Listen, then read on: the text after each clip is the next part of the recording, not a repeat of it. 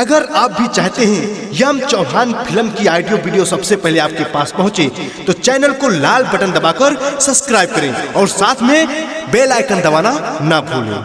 बोली बोली दुर्गा मैया की जय।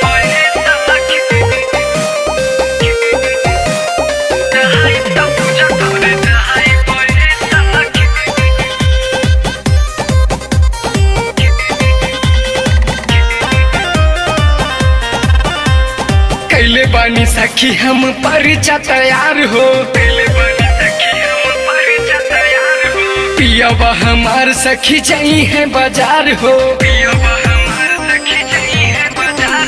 कैले बानी सखी परिचा तैयार हो, पियावा हमार सखी जाई है बाजार हो। लेके पूजा थाली सजा है तो पूजा करे आई बे सखी। लेके पूजा थाली सजाई त पूजा करे जाई बे सखी। त पूजा करे जाई बे सखी, त पूजा करे जाई बे सखी। लेके पूजा थाली सजाई त पूजा करे जाई बे सखी। लेके पूजा थाली सजाई त पूजा करे जाई बे सखी।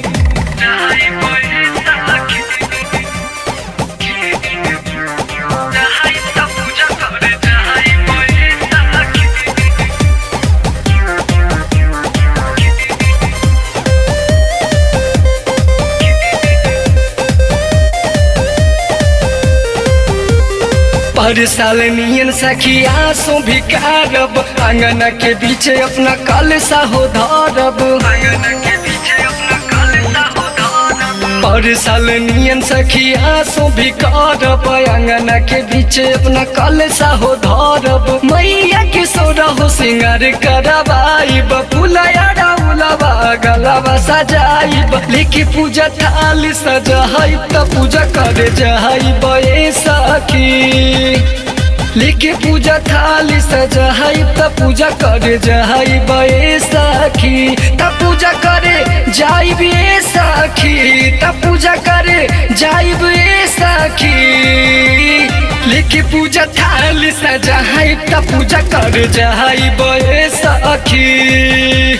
लेके पूजा थाली सजाइब त पूजा करे जाइब ए सखी।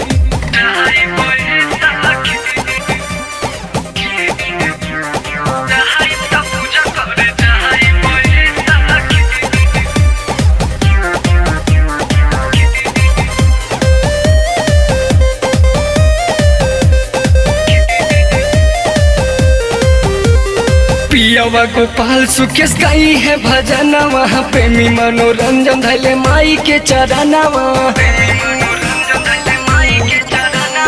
पियावा गोपाल सुकेश गाई है भजना, वहाँ प्रेमी मनोरंजन धैले माई के चरनावा।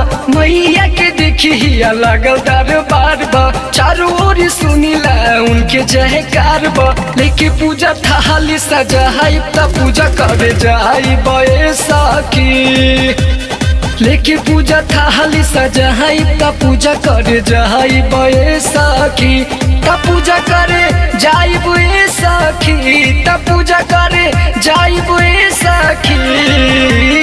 लेके पूजा थाली सजाइब त पूजा करे जाइब ए सखी। लेके पूजा थाली सजाइब त पूजा करे जाइब ए सखी।